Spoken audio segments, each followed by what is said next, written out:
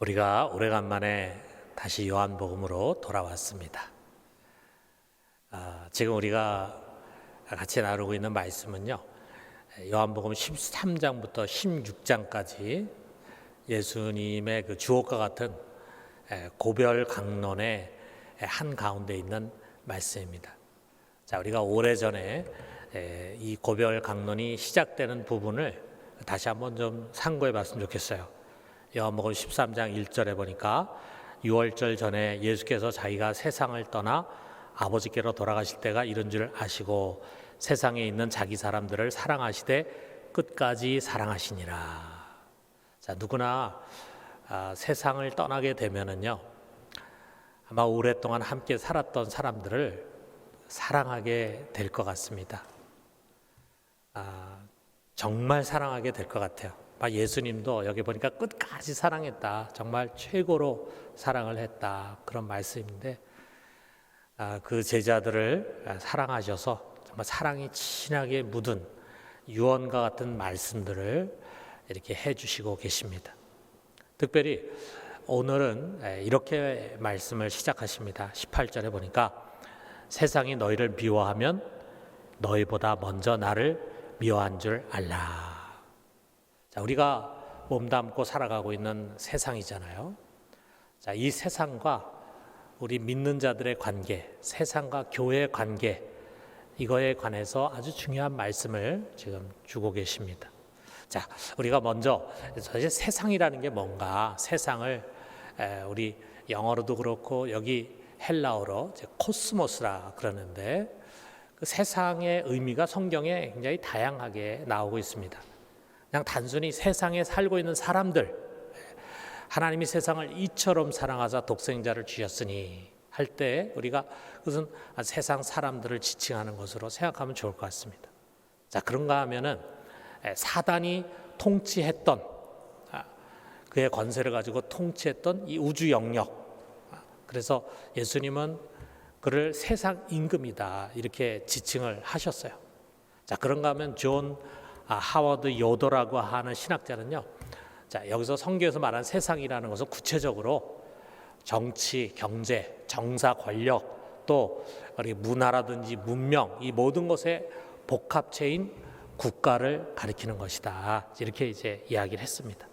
자, 그런데 바로 이 세상과 예수님을 믿는 우리 그리스도인들 사이의 관계, 그 관계 중에 가장 특징적인 것이 무엇이냐면 바로 미움이라고 하는 것입니다. 미움. 자, 미세오라고 하는 이 헬라어 단어는요, 어떤 사람이나 사물에 대한 강한 혐오나 미움, 더 나아가서는 적개심, 이것을 가리키는 말이에요. 자, 근데 세상이 우리 믿는 사람을 그렇게 미워한다라고 하는 것입니다.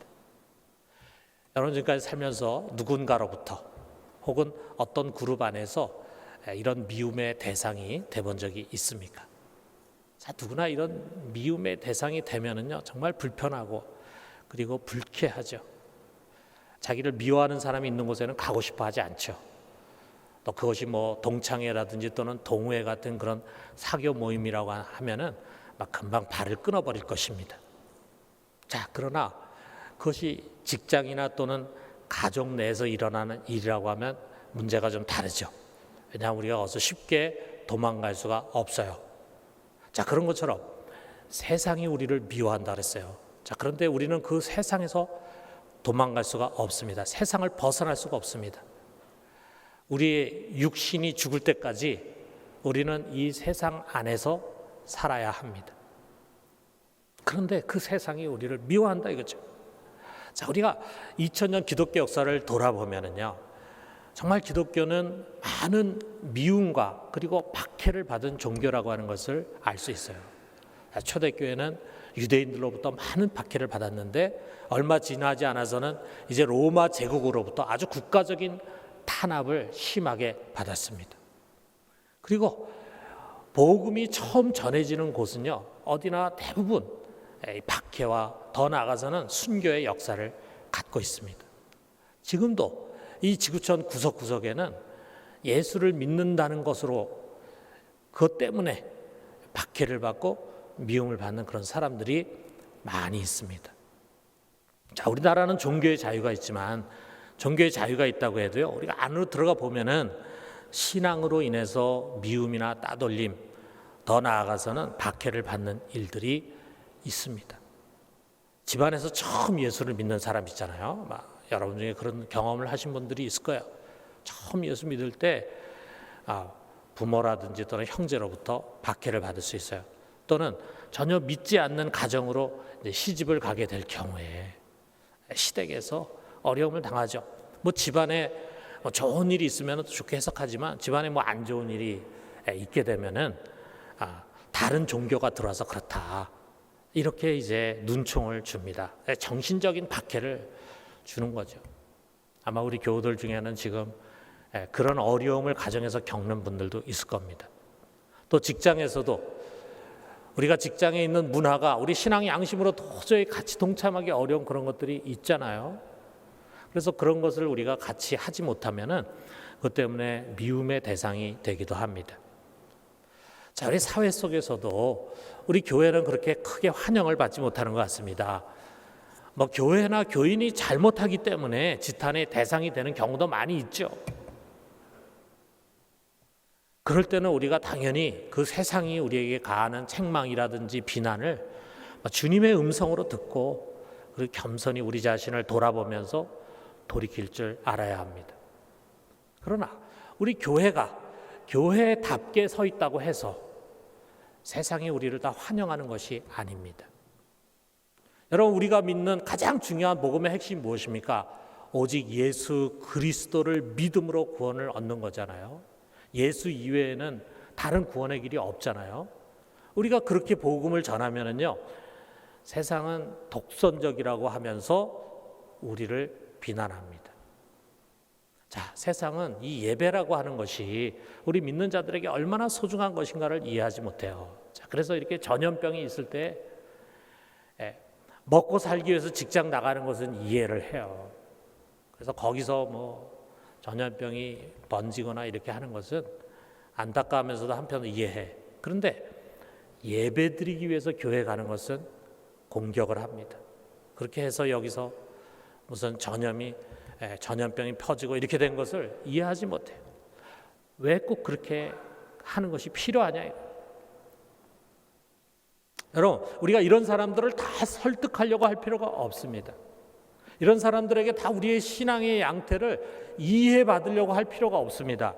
여러분, 만약에 누군가 세상과 아무런 갈등 없이 잘 지내고 세상으로부터 욕먹지 않고 미움받지 않기 위해서 노력하는 사람이 있다면요, 그는 성경적인 그리스도인이 되기를 포기해야 합니다. 이 세상 우리 그렇게 살 수 있는 곳이 아니에요. 우리는 근본적으로 세상으로부터 미움을 받게 되어 있어요. 왜 그런가? 오늘 주님께서 그것을 우리들에게 두 가지로 설명해 주십니다. 첫째로, 우리 주님이, 우리가 주로 고백하는 예수 그리스도께서 미움을 받으셨어요. 여러분, 성경은 세상이 예수님을 어떻게 대했는가라고 하는 것을 말해주고 있습니다. 복음서에 자세히 나와 있지만 복음서뿐만이 아니라 구약의 시편이라든지 또는 예언서에도 그것이 설명이 되어 있습니다. 우리 예수 그리스도는 빛이지만 그러나 그가 자기 땅에 자기 백성에게 왔을 때 자기 백성이 그를 영접하지 않았어요. 환영하지 않았어요. 왜냐하면 사람들이 빛보다 어둠을 더 사랑했기 때문입니다. 어둠에 너무 익숙한 사람들은요, 갑자기 환한 빛이 오면은 오히려 거부감을 갖습니다. 자, 예수님이 오셨을 때 이 지구상에 그래도 가장 하나님께 가까이 있다고 한 사람들이 유대인들이잖아요. 먼저 율법을 받고 말씀을 받아서 나름 신앙생활 해온 유대인들이잖아요. 자, 그런데 그 유대인들이 어떻습니까? 그들 역시 자기의 전통의 틀 안에 갇혀 있어요. 그래서 예수님이 와가지고 가르치는 가르침과 그 행위를 불쾌하게 생각해, 거북스럽게 생각합니다. 그러더니 점점 예수님을 미워하기 시작합니다. 그 미움의 정도가 점점 커지는 거예요. 결국에 가서는 예수님을 붙잡고 그를 고문하고 그를 정죄하고 그리고 마침내 십자가 처형에 처하고 말았어요. 저희 성경을 읽어보면요, 성경은 구구절절히 그 예수님을 향한 유대인들의 미움이 얼마나 컸던가라고 하는 것을 보게 해줍니다. 정말 죽이고 싶을 만큼 미운 거예요. 예수님은 시편을 인용해서 그것을 설명해 주십니다. 25절에 보니까 그러나 이는 그들의 율법에 기록된 바 그들이 이유 없이 나를 미워하였다 한 말을 응하게 하려 함이라. 이유 없이 미워해요. 여러분, 혹시 여러분 중에는 누구로부터 이유 없이 까닭 없이 하는 미움을 당해본 그런 분이 있습니까? 나 너 싫어. 왜 싫은데? 내가 싫은 이유를 좀 말해줘봐. 그러면 내가 한번 고쳐볼게. 아니, 이유가 없어. 그냥 내 꼴이 보기 싫어. 자, 그러면 우리 그 다음에 무슨 대화를 할 수 있겠어요? 여러분, 세상에서 가장 무서운 미움은요, 이유 없는 미움이에요. 뭐 미운 이유를 얘기하면은 내가 그것을 들어보고, 아, 그래, 내가 그렇게 잘못 행동하니까 나를 미워할 수도 있겠다. 내가 그걸 고쳐야 되겠다. 이렇게 할 수 있잖아요. 그런데 이유가 없어, 미워하는데. 예수님이 이 세상에서 당하신 미움이 바로 그런 미움이에요. 혹시 여러분 중에 지금 이유 없는 미움을 당하는 분이 있으면요, 여러분, 예수님이 그런 미움을 당하셨다는 것을 기억하십시오. 자, 그런데 우리가 사실 이유 없이라는 것이 있을 수가 없어요. 그 이유가 그냥 겉으로 명쾌하게 인식되지 않을 뿐이에요. 미워하는 그 사람조차 왜 미워하는지를 자기가 잘 모르고 있을 뿐이에요. 그 속에 숨겨진 미움의 이유가 많이 있습니다. 인종주의, 민족주의, 지방색, 권위주의, 우월감, 열등감, 과거의 역사나 종교에 의해서 스며든 증오감, 심지어는 약자에 대한 사디즘적인 잔인함도 숨겨져 있어요. 그리고 사람에 대한 그 모든 미움의 밑바닥에는요, 하나님을 거스리고 대적하는 죄가 자리 잡고 있습니다. 유대인이 예수님 미워한 것은요, 그들 속 깊은 곳에 숨겨진 하나님에 대한 반항입니다. 그들은 하나님을 섬기기 위해서, 하나님의 뜻에 따라서라고 말하지만 사실은 하나님을 거스리고 대적해서입니다. 오늘날 와서 우리가 보면은 그들이 하나님 위해서가 아니라 오히려 하나님을 거스려서 예수님을 미워한 것을 알 수 있잖아요. 여러분, 지금에 있는 모든 사람들 다 마찬가지입니다. 이 세상을 살아가고 있는 모든 사람들, 그들의 내면이 있어요. 자, 우리 정신과 의사들이나 또는 심리학자들은 우리가 의식하지 못하는 무의식의 세계가 우리 속에 있다고 합니다. 자, 그런데 그 무의식보다도 더 깊은 심연, 부모를 넘어서 멀고 먼 조상 아담까지 뿌리를 두고 있는 깊은 심연 속에는요, 하나님을 거부하는 증오가 자리 잡고 있습니다. 마치 산불이 깊은 곳에 잠재되어 있던 용암이 분출해가지고 화산으로 터져 나오는 것처럼 그 미움과 증오가 터져 나온 것이 바로 십자가입니다. 거기서 유대인들은요, 하나님을 대적한 거예요. 거기서 그들은 자신들이 믿고 있다고 하는 하나님을 십자가에 못 박은 거예요. 하나님 미워해. 그래서 예수님 말씀하십니다. 23절에 보니까 나를 미워하는 자는 또 내 아버지를 미워하느니라. 하나님 미워합니다. 세상의 모든 사람들 속에 깊은 내면에는요, 하나님에 대한 증오심이 있습니다. 그것이 예수님에 대한 미움이 된 것이고, 이제 예수를 믿는 우리들에게 대한 미움이 되는 거예요. 자, 그 미움이 고스란히 예수를 따르는 자들을 향하죠. 당연하죠. 20절에 예수님이 이렇게 말씀하시잖아요. 내가 너희에게 종이 주인보다 더 크지 못하다 한 말을 기억하라. 사람들이 나를 박해했은 즉 너희도 박해할 것이요 내 말을 지켰은 즉 너희 말도 지킬 것이라. 나를 박해하고 비하했다면 당연히 나를 따르는 너희를 박해하고 비하할 것이다 말씀합니다. 자, 여러분, 하나님을 미워하는 자들이 그 하나님이 세상에 보내신 예수를 미워했어요. 이제 그 예수가 세상에 보내는 우리를 세상은 미워합니다. 자, 두 번째는 뭐냐면요, 우리가 세상과 다르기 때문에 세상 우리를 미워해요. 여러분, 유유상종이라는 말이 있잖아요. 다 끼리끼리 어울립니다. 오리들이 막 놀고 있는데 거기에 백조가 한 마리 끼어들었어요. 다 싫어하죠. 백조가 훨씬 우아하게 생기고 잘생겼는데도 불구하고 백조는 미운 오리 새끼가 되고 맙니다. 여러분, 세상이 우리를 미워하는 이유가 바로 그것이라 이거야. 자, 19절에 예수님께서 이것을 말씀하십니다. 너희가 세상에 속하였으면 세상이 자기의 것을 사랑할 것이나 너희는 세상에 속한 자가 아니요 도리어 내가 너희를 세상에서 택하였기 때문에 세상이 너희를 미워하느니라. 여러분, 우리가 근본 세상에 속한 사람이라고 한다면 세상은 우리를 환영할 것입니다. 세상은 우리를 미워하지 않을 것입니다. 그러나 우린 세상에 속한 자가 아니에요. 여러분, 세상이 왜 예수님을 미워했습니까? 예수님은 이 세상에 속한 자가 아니거든요. 이 우주 안에뿐이 아니거든요. 그는 우주 밖에서 오신 분입니다.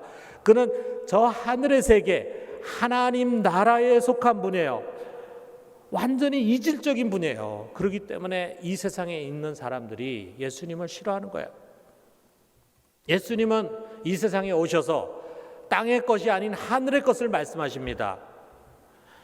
이 세상 모든 것은 다 유한한 것이에요. 모탈한 세계예요. 그런데 예수님은 영원한 세계, 이모탈한 세계를 말씀하십니다.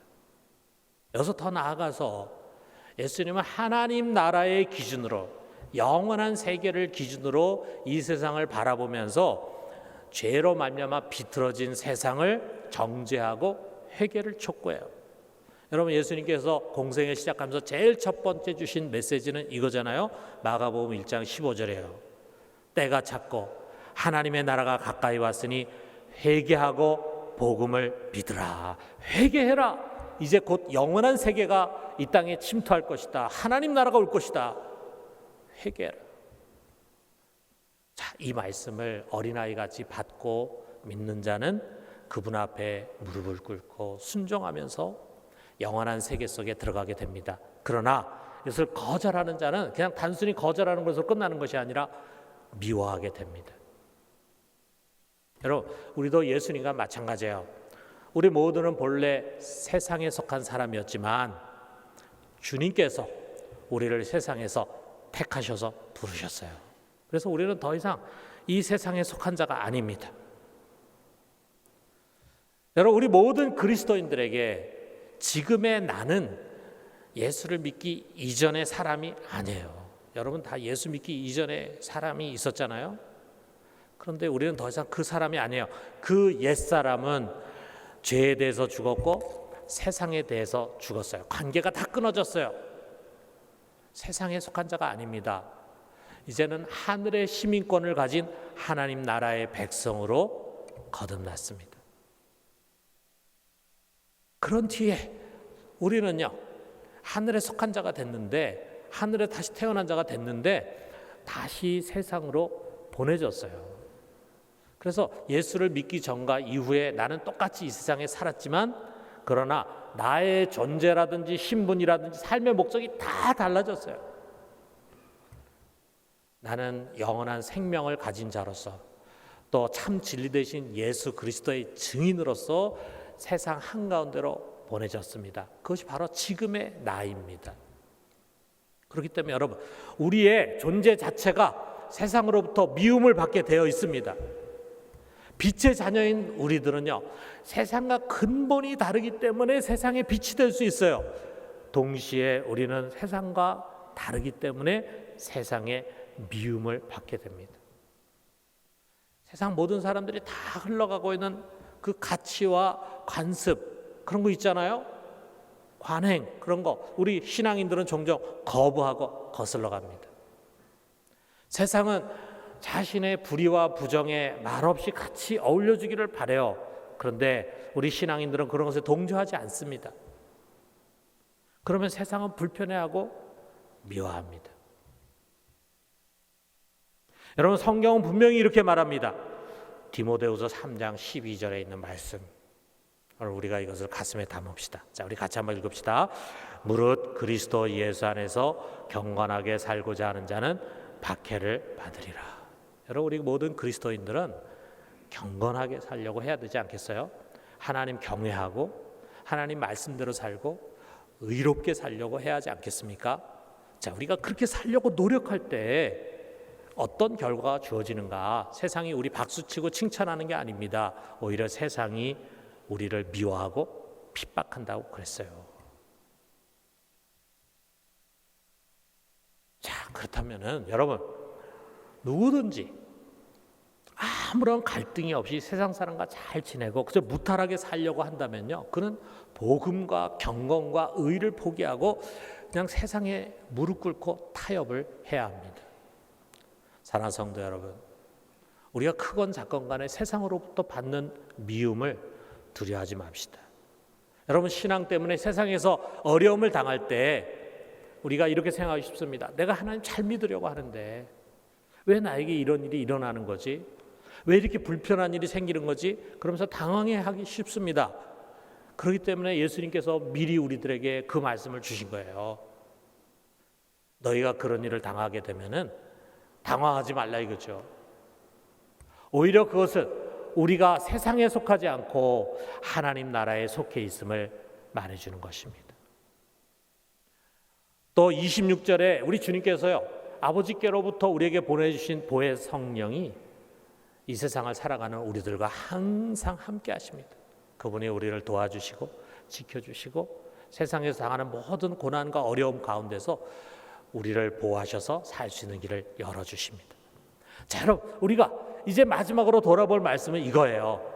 자, 우리가 하늘에 속한 백성으로서 이 세상으로 파송돼서 이 세상 속에서 살아가고 있는데 세상은 우리를 환영하지 않아. 그렇다면 이 세상 속에서 우리는 어떻게 지혜롭게 살아야 될 것인가 라고 하는 것입니다.